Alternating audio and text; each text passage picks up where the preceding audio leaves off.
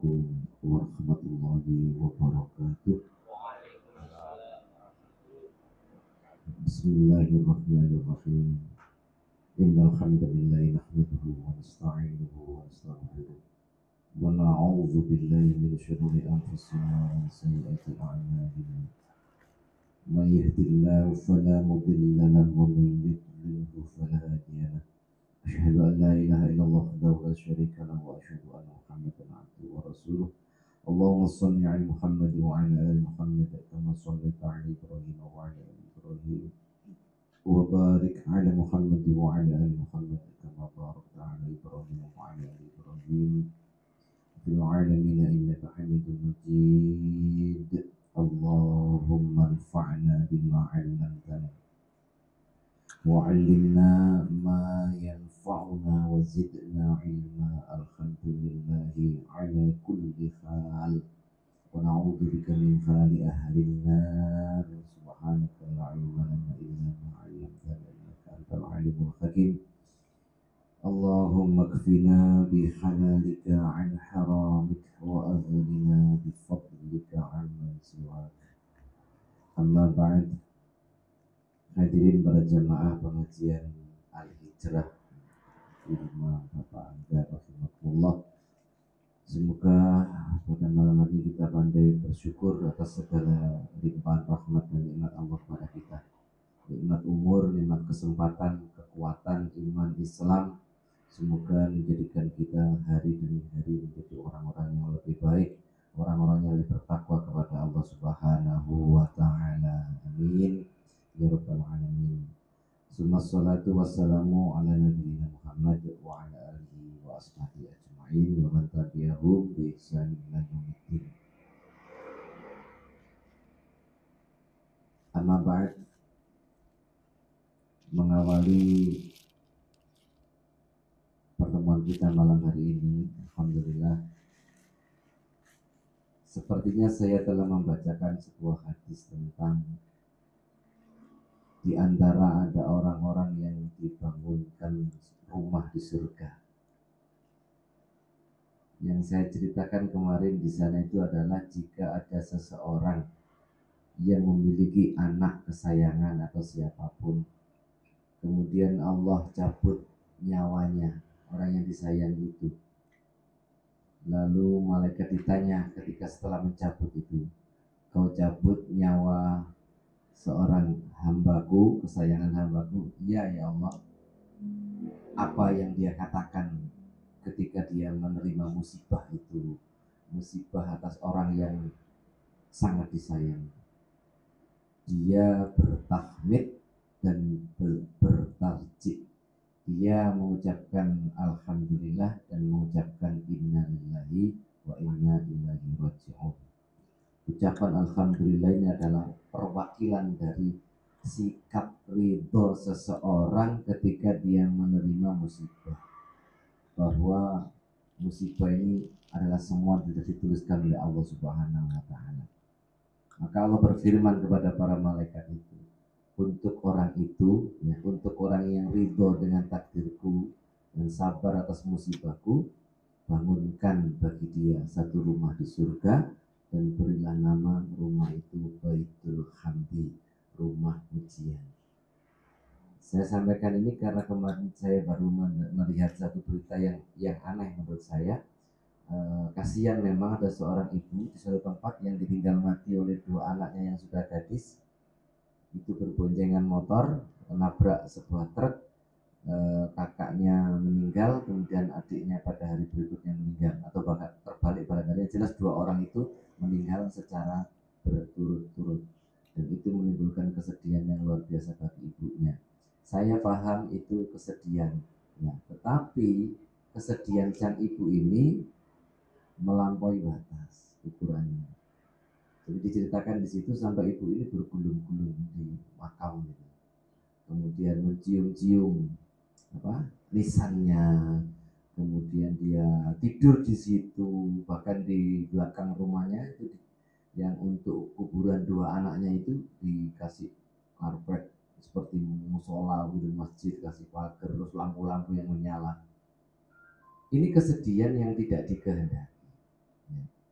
boleh bersedih, tetapi kan ada batasnya. Benar Rasulullah mengatakan, sungguh wanita-wanita yang tidak bertaubat atas meratap namanya ya, meratap, dia sampai memukul-mukul pipinya, merobek-robek bajunya, atau mungkin menarik-narik rambutnya, atau mungkin dia menghambur-hamburkan apa namanya ini, tanah dan sebagainya, itu dianggap sebagai sesuatu yang tampaknya tidak ridho dengan musibah.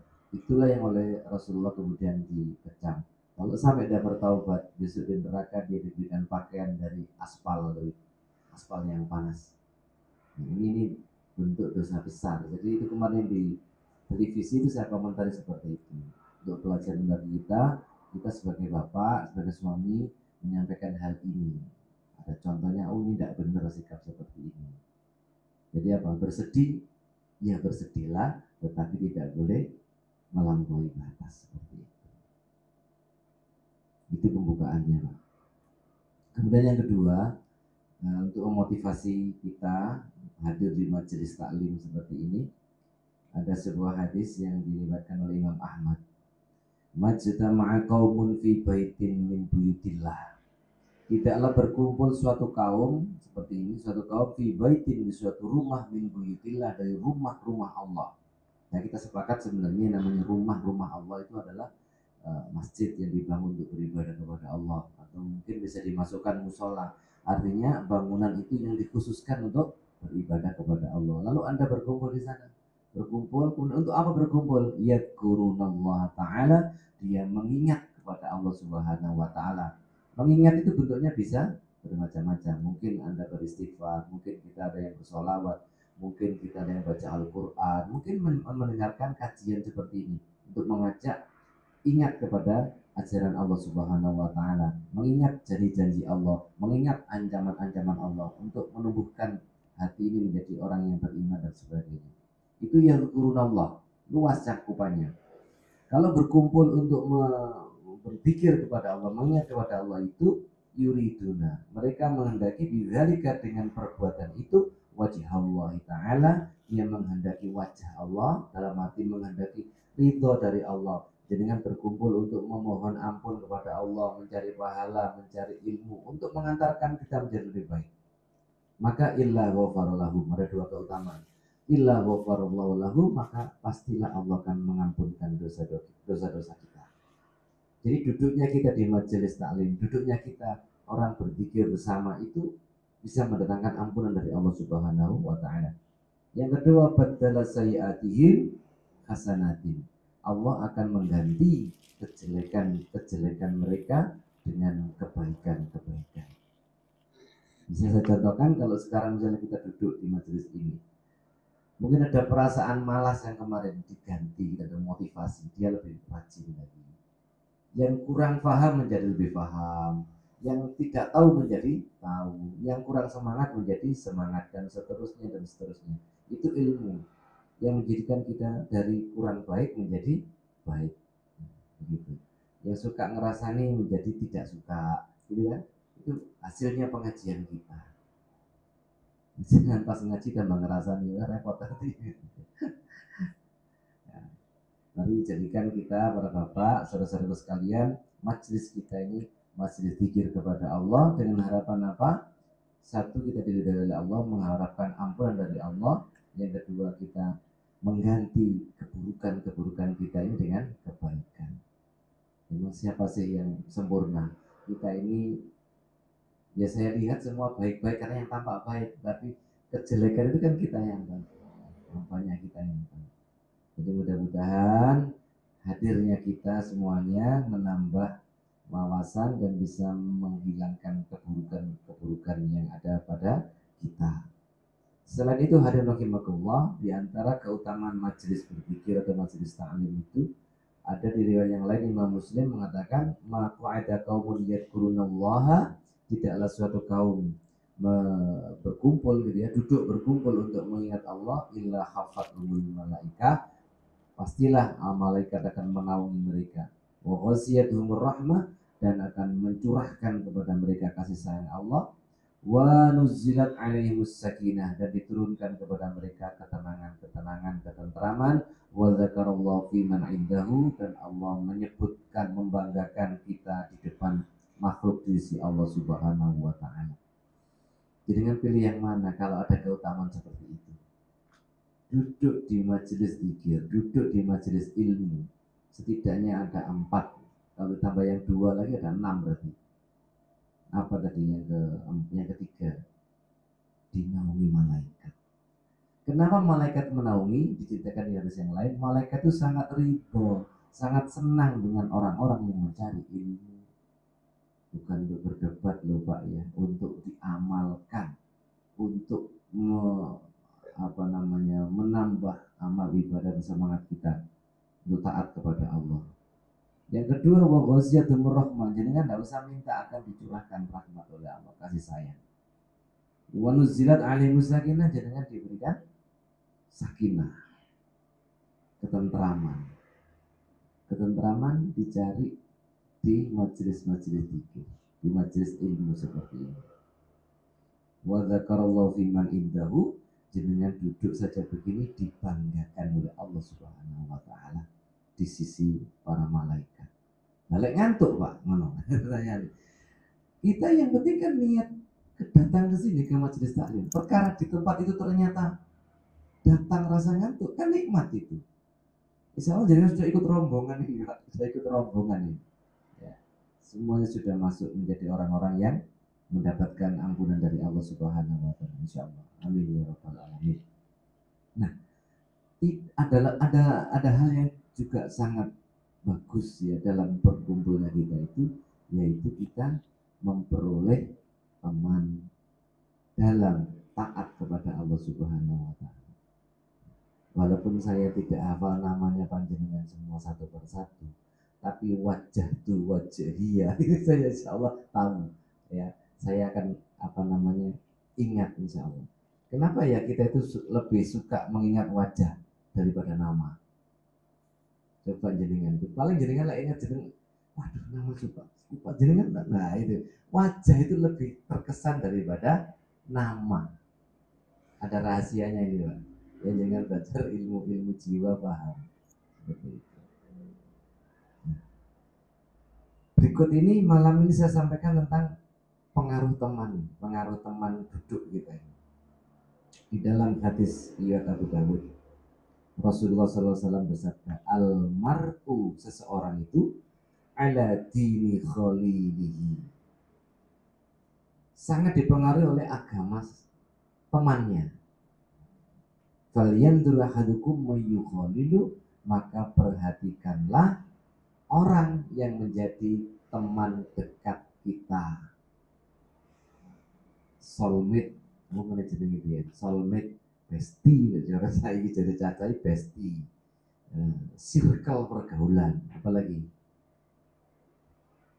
ya wis ngono kuwi apa jenenge ben pleke saya kan pleke war-warane apa awore Pak ya, awore sing teman akrab itu yang paling sering ketemu dengan orang itu, maka itu sangat mempengaruhi kita. Bahkan Rasul menggarisbawakan agama seseorang itu sangat dipengaruhi oleh siapa teman dekatnya.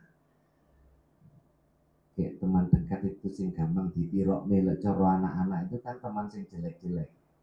Teman sing baik itu berat Pak nirukannya. Ya. Itu kecenderungan manusia seperti itu.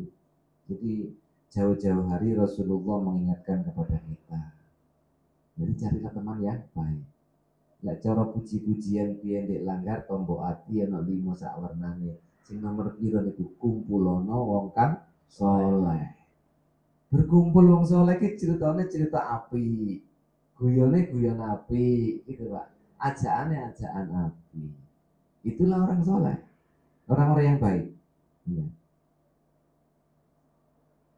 Tombok ati 5 biyen iku ora tau didalil nomor 11 Pak. Wis wae dihafalnya. Tombok ati itu 5 warnane gitu ya. Nomor 1 maca Quran angen-angen sak maknane. Wis dilakoni apa durung? Kira-kira sing ngarang lagu ngene iki sinten nggih? pokoknya wis boye. Pesan itu bahwa orang Islam itu kalau ingin baik, ingin hatinya selamat, bacalah Al-Quran dengan merenung-renungkan maknanya. Walaupun sudah ada Quran terjemah perkata, kadang kita diwaca Arab itu. Bukan tidak baik Pak, tapi untuk meningkatkan kualitas itu memang baca Al-Quran plus maknanya, plus pemahamannya dan keterangannya, baru diamalkan. Maunya seperti itu. Kita sudah umur berapa ini? Ya? Artinya Al-Quran ini ketok masih belum hafal semua. Yang nomor 2 sholat wengi lakonono ya. Sholat wengi apa? Tahajud. Apa tidak ada dalilnya? Banyak dalilnya, tapi dulu orang tidak pernah mendalilkan itu. Pokoknya dituturi sholat wengi lakonono, tahajud lakonono. Dulu saya sampaikan wa'lam anna syarafal mu'min sholat qiyamul lail. Ketahuilah bahwa kemuliaannya seorang mukmin itu terletak di sholat malamnya. Sejauh apa kita mampu untuk meluangkan waktu melakukan sholat malam, itulah kemuliaan kita. Nomor telu kumpul wong kang soleh kumpul ono. Insya Allah ini soleh semua kita kumpul di sini insya Allah. Amin ya rabbal. Yang keempat kudu weteng kudu weteng ingkang luwe berpuasa. Menurut apa? Tapi memang puasa itu adalah salah satu pintu kebaikan. Jadi dengan lakukan puasa itu adalah membuka pintu-pintu kebaikan. Sejak dulu diajarkan. Yang kelima terakhir zikir wengi ingkang suwe, gitu kalau saya dengar. Zikir wengi ingkang suwe, wiritan, jadi kan baca wiritan. Tak motivasi terus apa wiritan apa yang paling jenengan cintai? Istighfar, sholawat, tasbih, kalimat tahmid atau kalimat apa yang jenengan senang? Perbanyak ucapan. Terus sopo iso ngelakoni salah siji lagi akan diijabahi oleh Allah Subhanahu wa Ta'ala. Kita apa lagi ya? Kita ini sedang diberi kesempatan oleh Allah Subhanahu wa Ta'ala. Maka berteman dengan orang yang baik, insya Allah pengaruhnya baik. Di dalam Quran surat Al-Furqan ayat Az-Zukhruf ayat 67 Allah berfirman, Al-akhillau yawma idzin ba'duhum li ba'din aduwwun illal muttaqin. Al-akhillau teman akrab yauma idzin pada hari itu di akhirat besok ba'duhum li ba'din aduwwun, sebagian dari yang lain akan memusuhi bagian yang lain. Jadi berteman akrab itu besok di akhirat itu bisa jadi penyesalan loh Pak. Illal muttaqun, tapi illal muttaqin, kecuali jenengan berteman dengan orang yang bertakwa.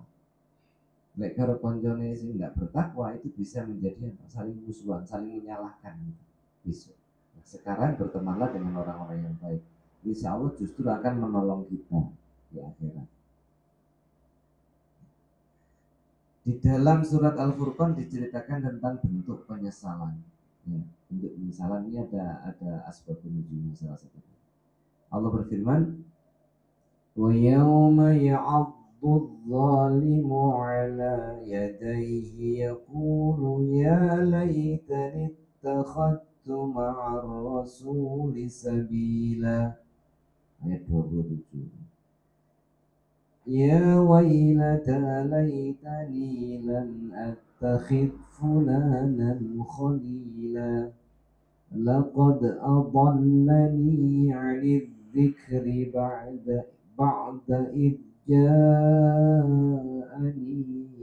wa kana asy-syaitanu lil insani khadula. Artinya wa yauma ya'addu dzalimu 'ala yadayhi. Ingatlah pada hari di mana orang-orang zalim menggigit dua tangannya, ya ala yadahi, tangannya itu bentuk penyesalan, nyokot driji. Apa lagi ini? Nah, orang menyesal kecewa karena nyokot driji di bahasanya Al-Quran. Yaqulu, dia berkata, ya laitani, andai kata saya ittakhadtu ma'ar rasul sabila, aku mengambil berserta Rasul itu sebagai petunjuk jalan hidupku. Jadi ini mengandai-andai, andai kata dulu saya mengambil ya Rasul, jalannya ditempuh Rasul itu sebagai jalan hidupku, tapi tidak diambil, maka celaka di akhirat, nyokot driji dari saya ini.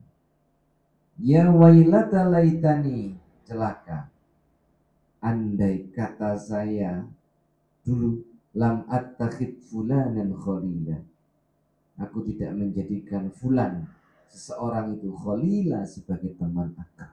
Itu penyesalan. Kenapa saya dulu akrab dengan tukang korupsi, misalnya gitu ya. Masya Allah, aku jadi melu-melu korupsi, jarinya selamat, itu celaka. Itu bentuk penyesalan. Di sini diceritakan di ayat itu adalah seorang namanya Ubay bin Khalaf. Ya. Ubay bin Khalaf itu adalah seorang tokoh Quraisy yang cukup punya harta, dikenal sebagai orang kaya, walaupun bukan terkaya, tapi dia orang kaya, tokoh, sugih. Dia merupakan musuh besar Nabi Muhammad SAW, musuh besarnya Nabi, Ubay bin Khalaf.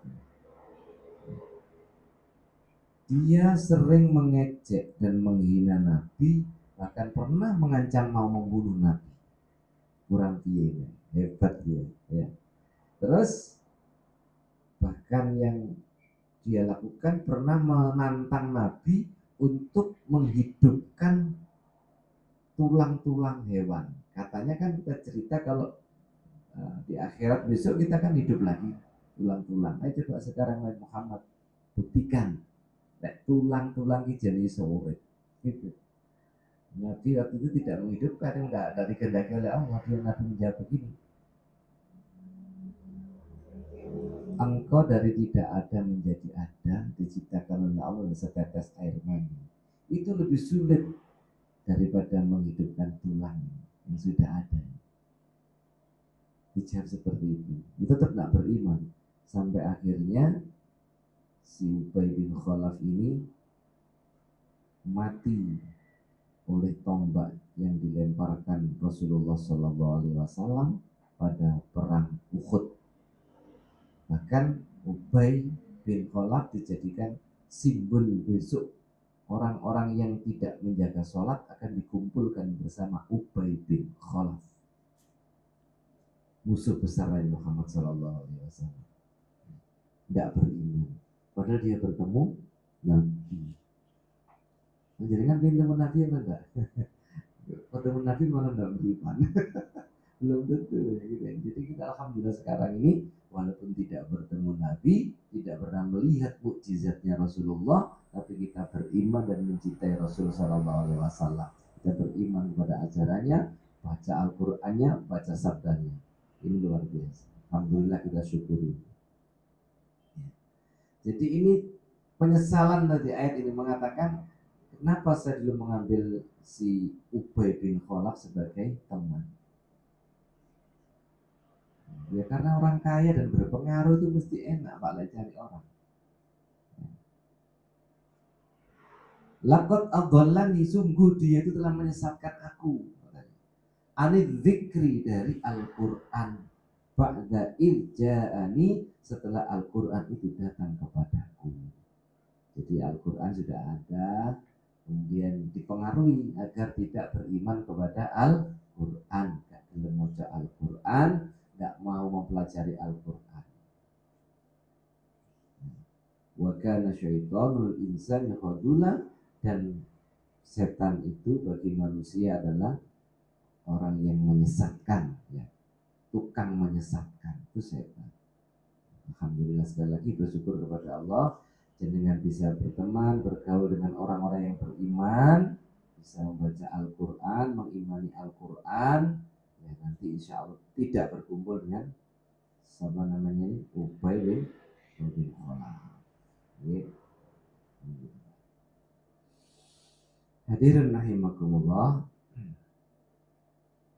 saya lanjutkan tentang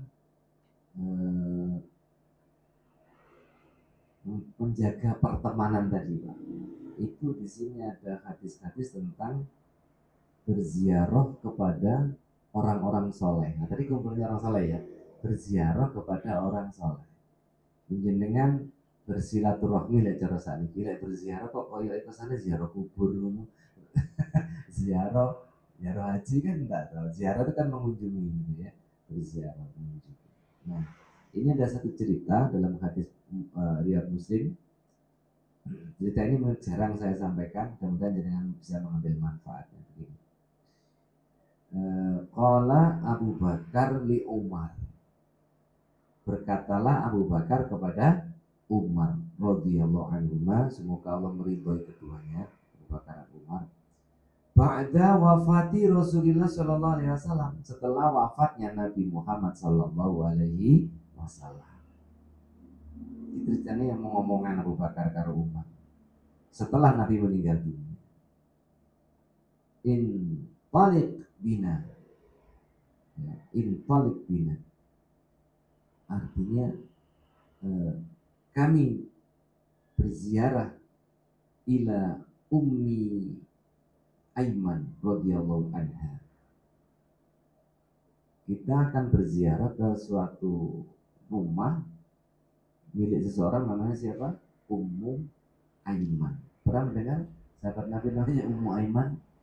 Ummu Aiman ini adalah orang yang menemani Siti Aminah, ibunya Nabi, ketika beliau pergi dari Mekah ke Madinah dengan mengajak Nabi Muhammad kecil yang usianya 6 tahun waktu itu. Sepulang dari berziarah kepada famili-familinya di Madinah, balik ke Mekah di suatu desa namanya desa Abwa, Siti Aminah sakit dan meninggal di situ.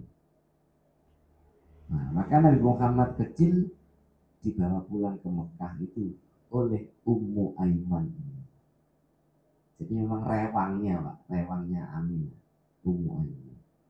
Sampai akhirnya diceritakan nazuruha kama kana Rasulullah sallallahu alaihi wasallam yazuruha. Nabi Muhammad dulu sering mengunjungi Ummu Aiman. Lalu ditirukan oleh Abu Bakar dan Umar tadi. Yuk sana ke rumahnya Ummu Aiman. Maka ketika mereka sampai di sana, bakat tiba-tiba Ummu Aiman menangis. Faqala laha, maka mereka berdua, Abu Bakar dan Umar bertanya kepada Ummu Aiman, ma yubkiki amma ta'lamina anna ma 'indallahi khairun li Rasulillah sallallahu alaihi wasallam. Mengapa engkau menangis? Apakah engkau tidak mengerti bahwa apa-apa yang dijanjikan oleh Allah kepada Rasulullah itu jauh lebih baik? Kenapa engkau menangis? Gitu. Jadi Nabi Muhammad meninggal itu seakan-akan Ummu Aiman masih bersedih gitu. Namun jawaban Ummu Aiman ini sangat menghentak kepada dua orang ini. Ini jawaban yang sing soleh, Pak. Tidak di luar, tidak diduga, di luar dugaan misalnya. Apa jawabannya? Kata Ummu Aiman, la abki anni la'alamu anna ma 'inda Allah ta'ala khairun Rasulullah sallallahu alaihi wasallam. Aku menangis bukan karena aku tidak ngerti bahwa yang dijanjikan oleh Allah kepada Rasulullah itu lebih bagus. Bukan itu masalahnya. Walakin akan tetapi annal wahya qad inqata'a minas sama. Sungguh wahyu telah terputus dari langit. Itu yang ditangisi oleh Ummu Aiman itu. Karena dengan meninggalnya Nabi berarti wahyunya terputus. Jawaban ini di luar dugaan Abu Bakar dan Umar. Maka Abu Bakar dan Umar langsung menangis. Maka bertiga mereka menangis. Lunak hati mereka, semakin cinta kepada Rasulullah, semakin ingat perjuangan Rasulullah. Itu hasil dari ziarah ke orang-orang yang soleh. Itu menyelamatkan, Pak, pembicaraan itu menyelamatkan, Masya Allah. Wahyu Allah telah terputus. Abu Bakar lupa dengan kalau wahyu terputus dengan apa? Meninggalnya Rasulullah Sallallahu Alaihi Wasallam.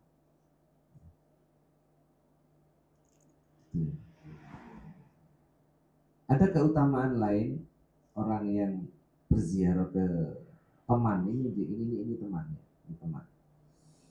Diceritakan ada seseorang yang berziarah ke temannya di suatu desa. Maka Allah menyuruh malaikat, ya, satu malaikat dengan berbentuk manusia menghadang orang itu di tengah jalan. Dan ketika bertemu, malaikat bertanya, hendak kemana engkau? Mas, ada nandi apa? Berarti tidak pundi. Saya mau pergi ke seorang teman di desa itu. Untuk apa kamu pergi ke sana? Apakah engkau pergi ke sana karena ingin membalas kebaikan temanmu? Lala. Ghairu anni ahbabtuhu fillahi ta'ala.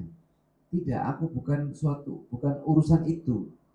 Bukan urusan yang lain-lain. Aku datang kepada temanku nek yatim nemu gitu ya di sini. Karena aku senang sama dia. Senang karena Allah. Jadi orang itu menyenangkan diajak ngomong, orang itu memotivasi, selalu enak ramah diajak ngomong. Aku ingin ke sana. Ini bukan family, bukan keluarga, tapi teman.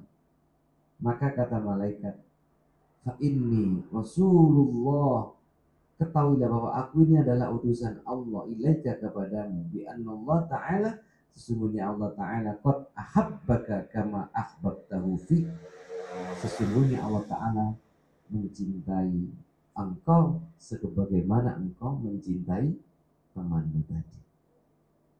Hadirin, berarti kalau kita ingin mendatangkan cintanya Allah kepada kita harus mencintai orang yang baik, mencintai teman yang baik lillahi ta'ala, bukan karena balas budi, bukan karena utang piutang gitu ya, bukan karena hubungan keduniaan bisnis dan sebagainya, bukan, tapi memang karena Allah. Bisa dipraktekkan, diamalkan. Punya teman siapa yang menyenangkan diajak begitu, karena itu mendatangkan kecintaan dari Allah. Sementara kita ini kalau dicintai oleh Allah, maka cinta itu bisa menghapuskan dosa-dosa kita, bisa mengangkat derajat kita. Itu cinta dari Allah. Di riwayat Imam At-Tirmidzi yang dulu pernah saya sampaikan, tapi saya tidak membawa hadisnya, bahwa kalau orang mengunjungi seseorang yang sakit di pagi hari, maka malaikat akan bersolawat kepada orang itu sampai sore hari. Jika mengunjunginya sore hari, maka malaikat akan bersolawat kepada orang itu sampai pagi hari. Itu 70.000 malaikat. Jadi dari Muhammad menginginkan wong Islam sih bagus gitu loh, perhatiannya dengan teman dan pergaulan. Karena menjenguk ngendangi cara kita, lek cara wong Pasuruan nyambangi, sambang wong loro, membesuk orang sakit itu pahalanya besar, Pak. Ya. Tapi jangan usah doa-doa mudah-mudahan ada yang sakit. Tidak begitu. Ada yang sakit ditengok, tidak usah pikirkan apa-apanya, dengan bahwa dengan datang terus mendoakan mudah-mudahan sembuh ya, sabar, nggak apa-apa. Itu orang yang sakit itu Pak merasa terhormat. Jangan pernah sakit enggak? Terus diendangi orang. Masya Allah. Saya sampai ingat sampai sekarang itu, ketika saya dulu sekitar tahun 2004-2005 kalau nggak salah, saya itu pernah sakit, masuk rumah sakit dengan Minah, dokter prima, nggak waras seminggu, mumet Pak saya. Nah, terus ketika saya pulang, itu ada teman yang kenalnya enggak, beberapa kali Pak saya ketemu, ke rumah saya dari Gandusari, Minang omaku sepeda pancal. Coba, aku sampai sekarang masih ingat, karena pakai sepeda pancal itu Pak. Masya Allah, orang ini belum pernah ngomong-ngomong lama dengan saya, ya mendengarkan pengajian begitu. Nah kok ngendangi saya minta maaf karena nggak sempat ke rumah sakit. Itu kan merasa saya masya Allah orang ini, gitu ya. Mancal pak, lagi jalan sepeda motor kan udah umum, ini mancal, mungkin nggak ada sepeda motor. Nangis saya kalau ingat itu. Ya, ya mudah-mudahan bisa diberikan ampunan oleh Allah Subhanahu Wa Taala. Karena seperti itu loh, Pak. Ini didoakan malaikat ini pantas ini. Masya Allah, gitu ya.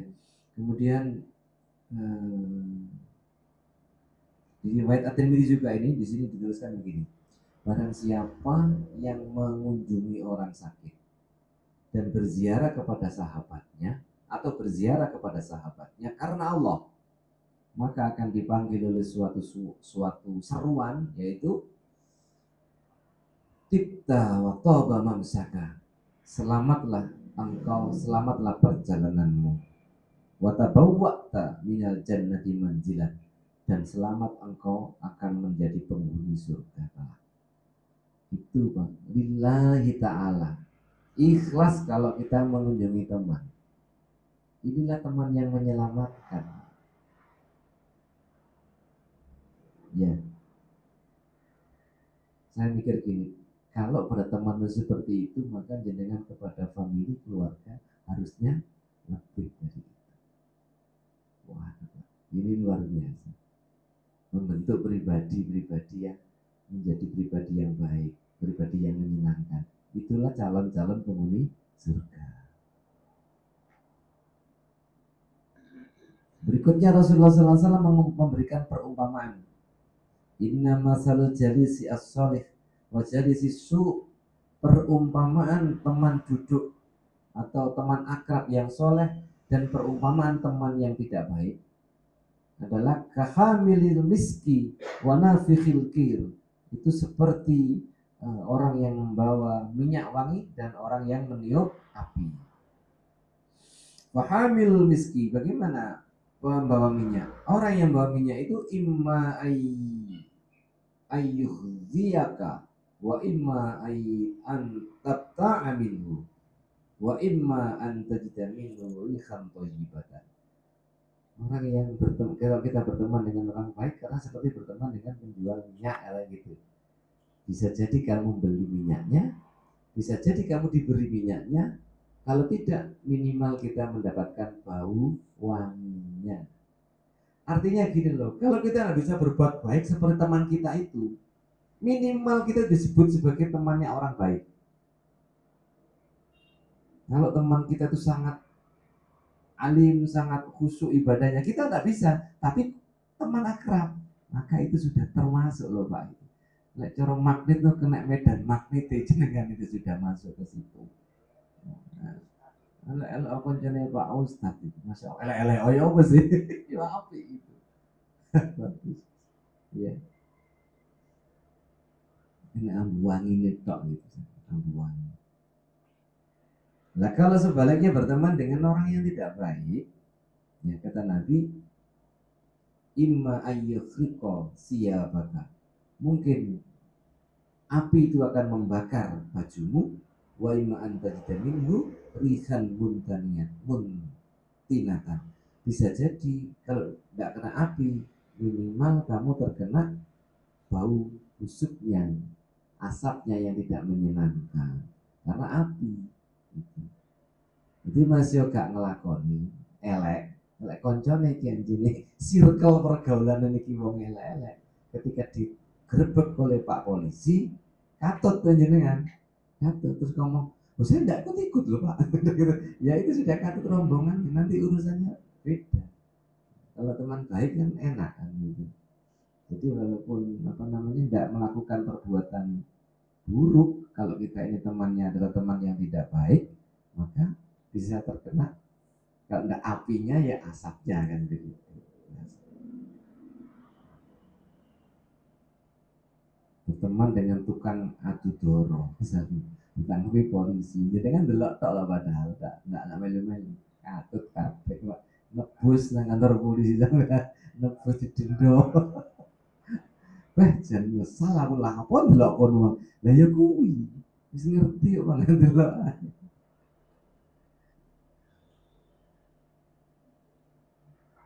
Monggo kita lihat kata Rasulullah, fal yandur mayukhalilu, apa namanya, perhatikan siapa yang menjadi teman akrab kita.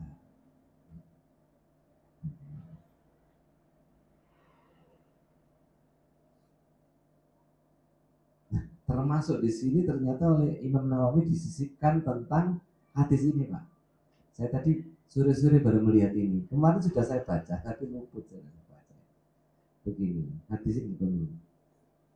An Nabi Hurairah radhiyallahu anhu, Nabi sallallahu alaihi wasallam qala tunkahul mar'atu li arba'in. Dinikahi seorang wanita itu biasanya oleh 4 sebab, 4 perkara.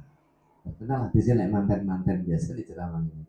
Wanita dinikahi disebabkan oleh 4 perkara. 1, lima liha, karena hartanya, sugih. Yang kedua, wali hisabiha, karena keturunannya, kebangsawanannya, turunannya wong sing mulia misalnya gitu. Yang ketiga, wali jamaliha, karena kecantikannya, ya, mesti dipilih mesti kecantikannya. Jadi kan pilih bojo kan sing cuantik, walaupun tidak paling cantik, nyatanya bojone wong dia kayak sing lebih cantik. Itu kan macam-macam ada ini. Menurutku wis wayu ben bojoku. Suwe kok nyata lagi, asli. Asli. Iya. Berikutnya yang kata Rasul yang keempat, walidiniha, wanita dinikahi karena agamanya. 4 ya. Terus di akhir hadis dikatakan fatfar bidzatiddin taribat yada. Maka utamakan calon istri. Istri itu kan teman akrab gitu maksudnya. Istri teman dekat. Kenapa hadis ini dimasukkan ke dalam bab teman dekat? Karena istri adalah teman dekat yang bahkan kita pilih. Pilihlah yang istri yang taat beragama, yang sopan menjaga agama. Saya yakin bahwa bapak tidak senang kalau wanita yang uraan gitu kan, pasti tidak senang. Maka pilihlah wanita yang beragama, wanita yang taat. Mohon maaf, kemarin tuh yang Blitar ya, saya musim anak-anak bermain tato, sing tato wanita bocah itu parah. Aku mungkin kira-kira bujurnya bisa ya bertato, kira-kira gitu. Seimbang gitu lah. Ya sing tato pahanya, kok tahu Pak, pas di lampu merah mandek bahaya, saya ini tato ini. Aku tahu ya Allah, ya kelihatan gitu. Jadi seperti itu, monggo. Jadi nanti kita punya anak, ya kalau menikah diperhatikan urusan agama. Ya, ditanya-tanya lah tentang pengamalannya agama, ketaatannya. Jangan sampai, mohon maaf, kalau kita menikahkan ternyata apa namanya, sholatnya tidak tertib, itu untuk menertibkan sulit loh, sulit. Karena sudah dewasa. Iya lek bapak wani lek kak sungkan terus saya kan begitu. Ini termasuk teman dekat ini. Teman dekat sangat mempengaruhi bahkan itu nanti dalam kehidupan suami istri maupun dalam kehidupan anak-anaknya. Sangat mempengaruhi.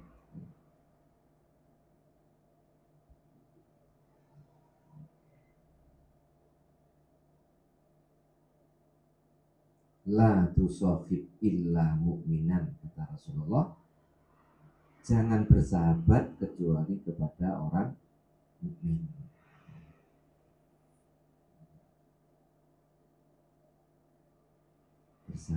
Jangan bersahabat kecuali kepada orang mukmin.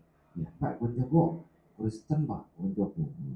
Yes, konco biasa kenal aja, kalau melok-melok nih. Tapi tidak sampai dekat, lalu akrab dengan orang nonis gitu ya. Itu nanti membawa pengaruh juga. Mau ngomong terus moro-moro ujung-ujungnya ini, Pak Kristen itu ya podo wae karo Islam, ngono terusan. Ya kan karena mau ngomong gitu ya Pak ya, karena saya akrab nih. Didelok kancane iki yo apik, yo klambine sopan, tiba akhirnya ujung-ujungnya seperti itu pengaruh teman.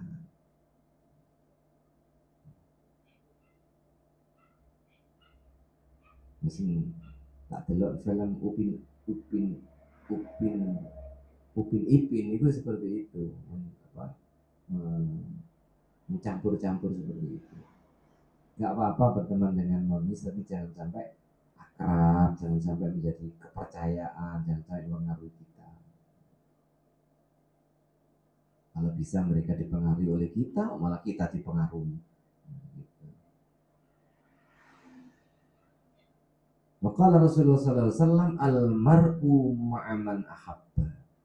Seseorang itu akan beserta dengan orang yang dicintainya, termasuk dalam perilaku. Besok kita dikumpulkan dengan orang-orang yang kita cintai. Bahkan dalam hadis dikatakan, walaupun kita tidak bisa beramal, nah tadi itu, tidak bisa beramal sebagaimana amalnya sahabat yang kita cintai. Kata Anas bin Malik, aku mencintai Abu Bakar, aku mencintai Umar, walaupun aku tidak bisa beramal seperti amalnya Abu Bakar dan Umar. Jadi bodoh mencintai itu penting. Kata Nabi mengatakan, anta ma'aman ahbabta. Engkau nanti akan dikumpulkan dengan orang yang dicintai, yang kau cintai. Kan mencintai teman yang bagus, yang soleh, nanti insya Allah kita akan dikumpulkan di surganya Allah.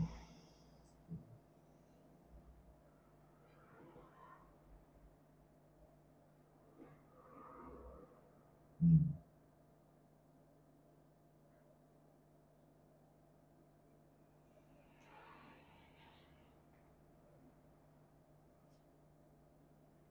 Sudah cukup panjang yang saya sampaikan. Barangkali ada yang mau ditanyakan, dipersilakan. Monggo. Lumayan ini sudah panjang ceritanya. Oke, monggo silakan. Cerita apa mau disampaikan? Barangkali lebih bermanfaat lagi.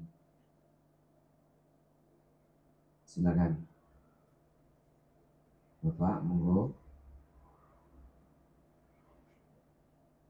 Sambil menikmati ya, hidangan malam hari.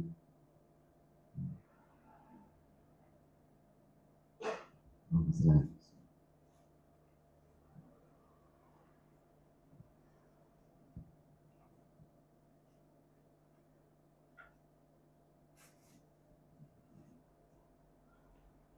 Nanti masih ada satu cerita terakhir untuk menutup sebelum kita akhiri. Tapi ini monggo kesempatan, silakan, monggo teman dengan orang-orang soleh.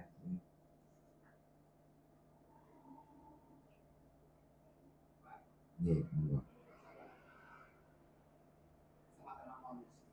Berteman dengan muslim. Iya. Iya.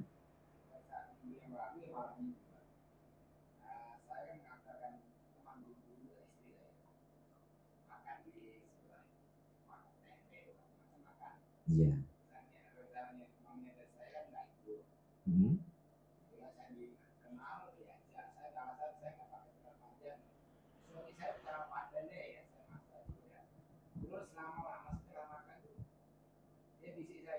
Hmm.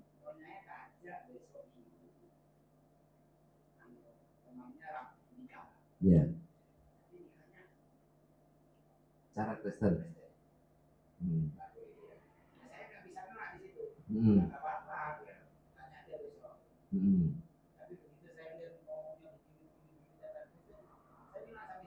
Hmm.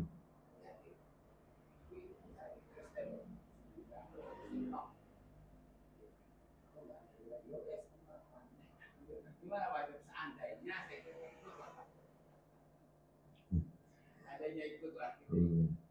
Ya, apa ya? Ya, ya sama teman tuh ya enggak enak juga gitu ya.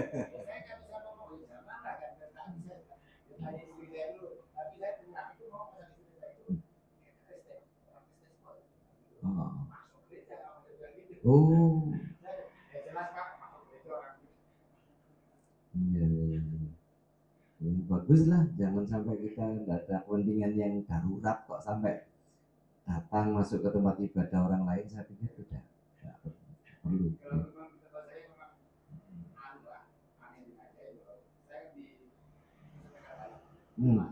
Ya, Bima.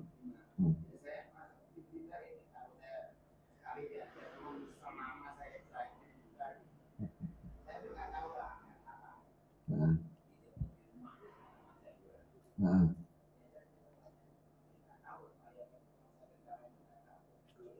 nah, nah.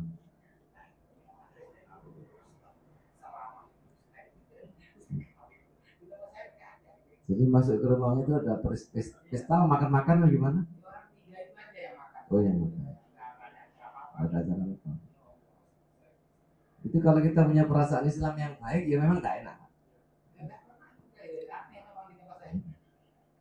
Walaupun makan itu ya tidak apa-apa, aslinya gitu ya. Ya tidak apa-apa makan itu. Jadi masuk ke rumah orang nonis, mohon maaf, ya misalnya nonton salib gede, itu kan ya tidak enak, gitu kan? Perasaannya tidak enak. Iya, padahal ya sebenarnya kita tidak ikut-ikut sih, gitu kan? Iya. Apalagi yang sampai akrab, wah hari akrab jadinya lebih heboh lagi nanti. Nah, kalau mungkin hubungan kerja gitu apa ya?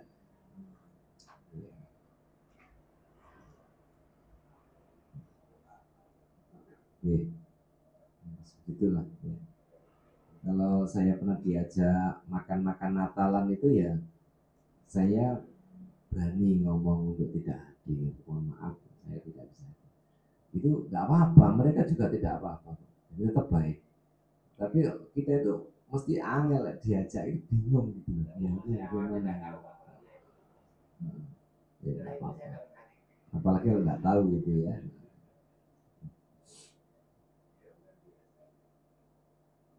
Nah, dari teman gitu ya, dari teman. Gitu ya.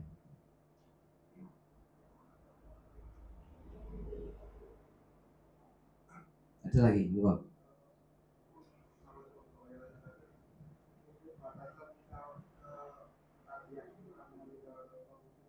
Takziah.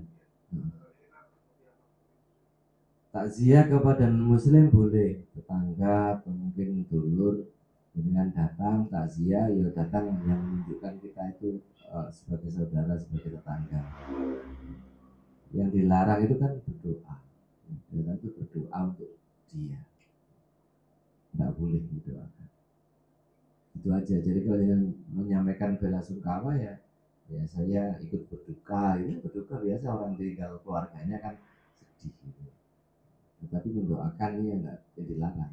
Di Al-Quran engkau dilarang berdiri di atas kuburnya. Maksudnya untuk mendoakan ini enggak boleh. Jelas enggak boleh. Mendoakan apapun, harus meninggal. Kalau dia masih hidup, pas sakit dengan doakan mudah-mudahan segera sembuh, enggak apa-apa. Tapi kalau didoakan mudah-mudahan Allah mengampuni engkau, ya enggak boleh. Mudah-mudahan Allah merahmati engkau, ya enggak boleh. Makanya mengucapkan salam aja enggak boleh kan? Assalamualaikum kan mudah-mudahan keselamatan, enggak boleh.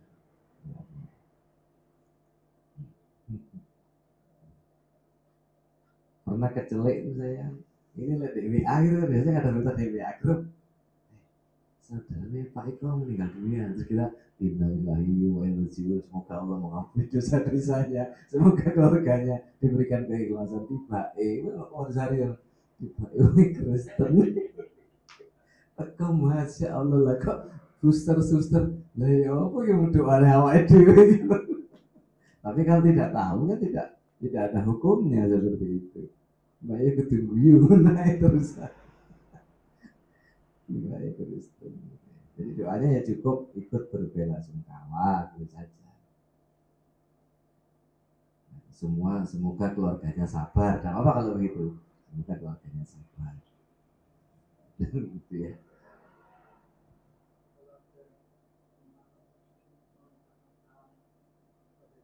Assalamualaikum Pak Tony. Sama Nabi tidak boleh dijawab. Jawabannya apa tuh jawabannya? Waalaikum gitu loh jawabannya. Assalamualaikum. Waalaikum. Nggak pakai assalam. Kalian jawab assalamualaikum, jawabnya waalaikum. Waalaikum. Hmm. Itu ada hadisnya. Sehingga aku juga ro, biasanya kan gitu. Pejabat tuh salam depan orang banyak, ya fasih ngono. Assalamualaikum warahmatullahi wabarakatuh. Jawab boleh gitu. Kayak pejabat Kristen gitu kan. Itu lah sing tahu ya nggak boleh, nggak boleh.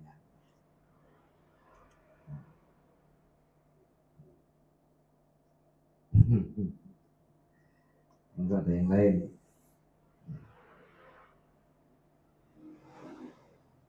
Berikut ini cerita tentang seseorang yang sangat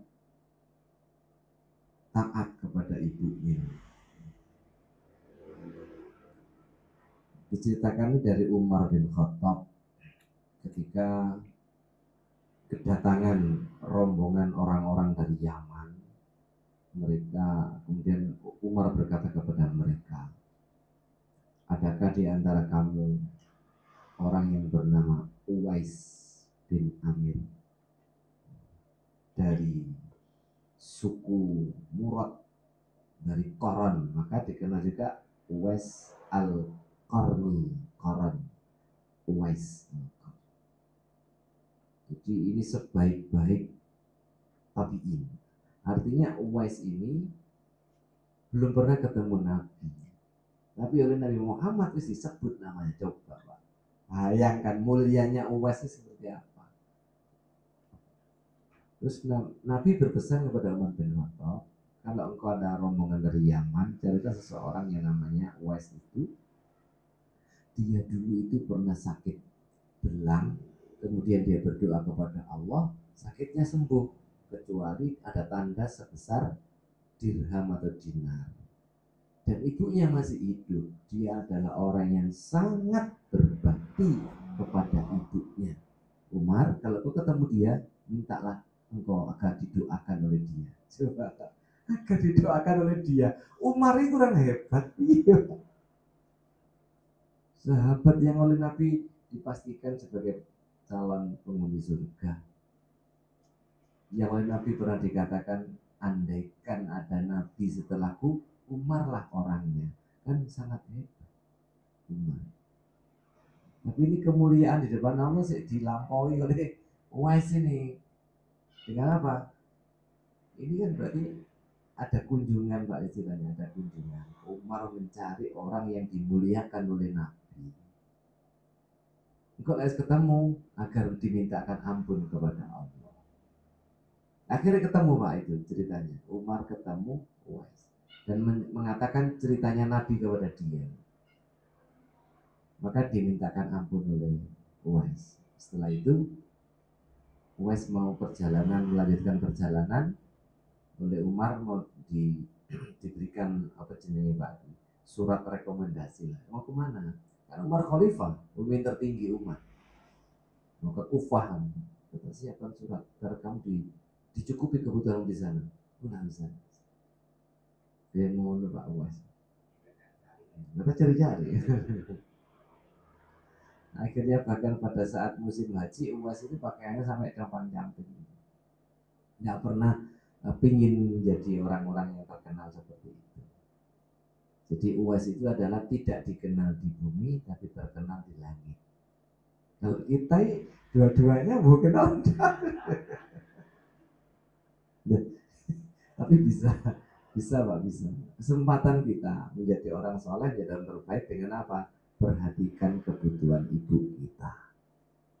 Bisa jadi kita orang yang terkenal di langit. Perbaiki apa? Hubungan dengan ibu kita. Perhatikan ibu kita atau orang tua kita lah. Jangan hanya anak diberi nama Uwais, tapi dia tidak beribadah, tidak taat. Ya. Saya kok kenal sinetron Uwais itu ya, pinter gelut itu. Ada ya? Uwais siapa namanya? Oh Iko, orang Iko nih ya. Iko Uwais. Nama itu diambil dari situ. Ya, harapannya menjadi orang yang sangat berbakti kepada orang tua. Nah, kalau ada seperti itu sampai diberikan rekom oleh Nabi, oleh Petu Ikom. minta kamu tidak doakan. Insya Allah. Sing rekom Nabi Muhammad Sallallahu Alaihi Wasallam. Ya, itu cerita bisa kita ambil apa, nilainya untuk kita agar kita ini menjadi orang yang baik. Kalau tidak terlalu baik ya bersahabatlah dengan orang yang baik.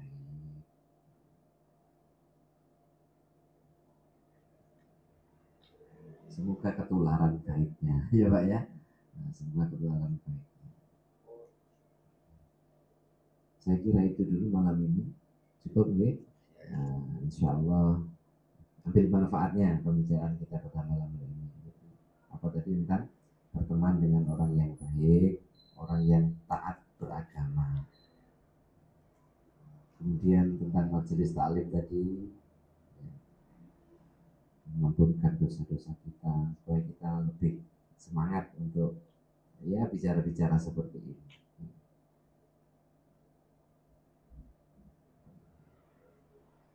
Tadi tidak ada yang mogok bensin motor, katanya sekarang ramai orang campur banyu kelapa mungkin. Ya, oh, banyak yang mogok itu saya lihat di TV itu. Apa?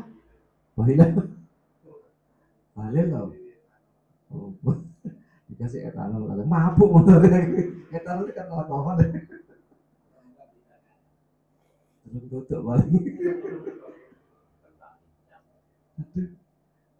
Motor motor tuh bis iki kenaan balil. Wes sampean berteman karo wong ngono-ngono iki dikon ngakali manis sampean nanti. Alhamdulillah ya. Demikian subhanakallah bihamdika asyhadu an la ilaha illa anta astaghfiruka wa atubu ilaik. Assalamualaikum warahmatullahi wabarakatuh.